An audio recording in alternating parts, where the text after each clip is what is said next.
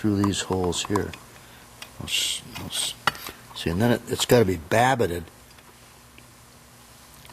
and then fit right in there perfect, and then machine from the inside to get the rivet in the right location. And the main bearings are the same thing, only they're a 632 bolt, countersunk machine head bolt. So those are babbited also? Yeah, these are babbited, and we're going to do that. Bill Hurlbut's going to do that. How much material do you No, have? less than a 32nd, 20 thousandths of babbitt probably.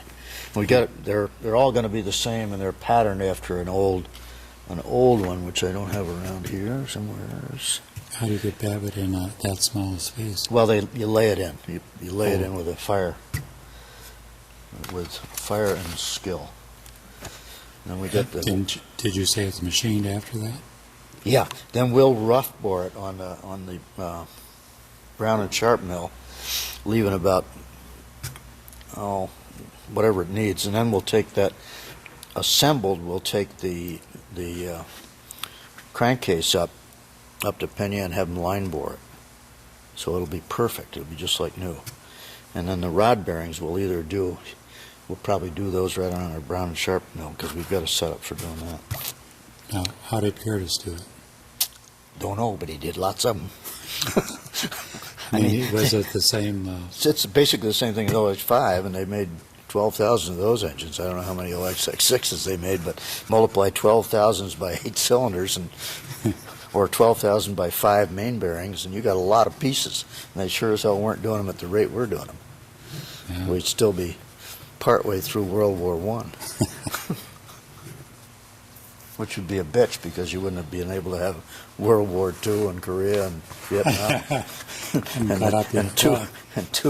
That might be a plus. Iraq. Fewer wars. Yeah. So if they put us in charge of that, and these airplanes are stealth too. You can't pick them up on radar. They're all wooden fabric.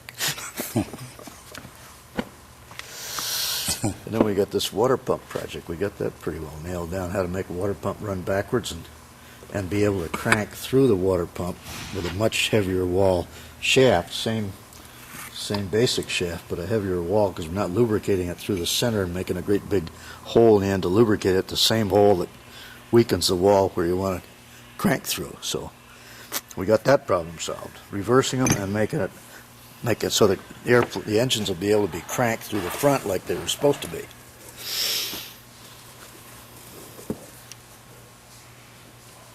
Other than that, we're just sitting on our hands. What's this? Well, this is the crank mechanism, which we're going to revise. We've changed this to a different.